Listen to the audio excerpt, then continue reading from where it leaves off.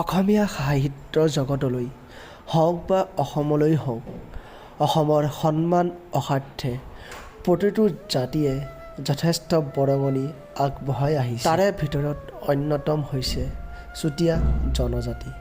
আহকচোন আজিৰ এই ভিডিঅ'টোত চুতীয়া জনজাতিয়ে অসমলৈ দিয়া বৰঙণিৰ সম্পৰ্কে আলোচনা কৰোঁ। অসমৰ প্ৰথম হিন্দু ধৰ্ম গ্ৰহণ কৰা ভূমিপুত্ৰ জনগোষ্ঠীয়ে হৈছে জনগোষ্ঠী। চুতীয়াসকলে প্ৰথমে অসমত হিন্দু ধৰ্ম গ্ৰহণ কৰিছিল। উজনি অসমৰ প্ৰথমখন স্বতন্ত্ৰ ৰাজ্য গঠন কৰা জনগোষ্ঠী। চুতীয়াসকলে 1189 চনত প্ৰথমে অসমত স্বতন্ত্ৰ ৰাজ্য গঠন কৰিছিল। এই চুতীয়াসকলেই অসমত তাৰে নিৰ্মিত প্ৰথম পাহাৰীয়া দুৰ্গ স্থাপন কৰিছিল। অসমৰ ভিতৰত প্ৰথম বৃহত্তম প্ৰাচীন নগৰ গঠন কৰা জনগোষ্ঠী। নগৰখনৰ নাম আছিল কুণ্ডিল নগৰ আৰু নগৰখনৰ 10 বৰ্গ কিলোমিটাৰো আছে। অসমত মিশ্ৰ ধাতু ব্যৱহাৰ কৰা প্ৰথম জনগোষ্ঠী। মিশ্ৰ ধাতু ব্যৱহাৰ কৰি প্ৰথমে জয়ঘণ্টা তৈয়াৰ কৰে 1392 শতিকাত। আজিৰ দিনত মুগা কাপোৰ সকলোৰে প্ৰিয়। আপুনি জানেনে উজনি অসমৰ প্ৰথম মুগা কাপোৰ ব্যৱহাৰ কৰা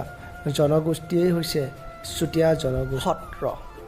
সত্ৰ হৈছে অসমৰ সকলোতকৈ পবিত্ৰ স্থান। চুতীয়াসকলে অসমত প্ৰথম সত্ৰ স্থাপন কৰিছিল আৰু সেই সত্ৰখনৰ নাম আছিল শদিয়াৰ ঘাৰমৰা সত্ৰ। 1300 শতিকাত তেওঁলোকে এই সত্ৰ স্থাপন কৰিছিল। এই চুতীয়াসকলেই অসমীয়া গামোচাৰ সৃষ্টি কৰিছিল। গামোচা হৈছে অসমৰ মান। প্ৰতিগৰাকী অসমীয়াৰ মান সন্মান জড়িত হৈ আছে এই গামোচাখনত। কিন্তু খুব কম লোকে জানে যে চুতীয়াসকলেই অসমত গামোচাৰ সৃষ্টি কৰিছিল। অসমীয়া জাতিৰ শিৰৰ মুকুট হৈছে জাপি। এই জাপিৰ অবিহনে অসমীয়া জাতিৰ মান সন্মান সকলো আধৰুৱা। অসমৰ জাপিটো ৰাজকীয় সম্পদ হিচাপে ব্যৱহাৰ কৰা প্ৰথম জনগোষ্ঠীয়েই আছিলে চুতীয়া জনগোষ্ঠী, যিয়ে এই জাপিটোক এক ৰাজকীয় মৰ্যাদা প্ৰদান কৰিছিল।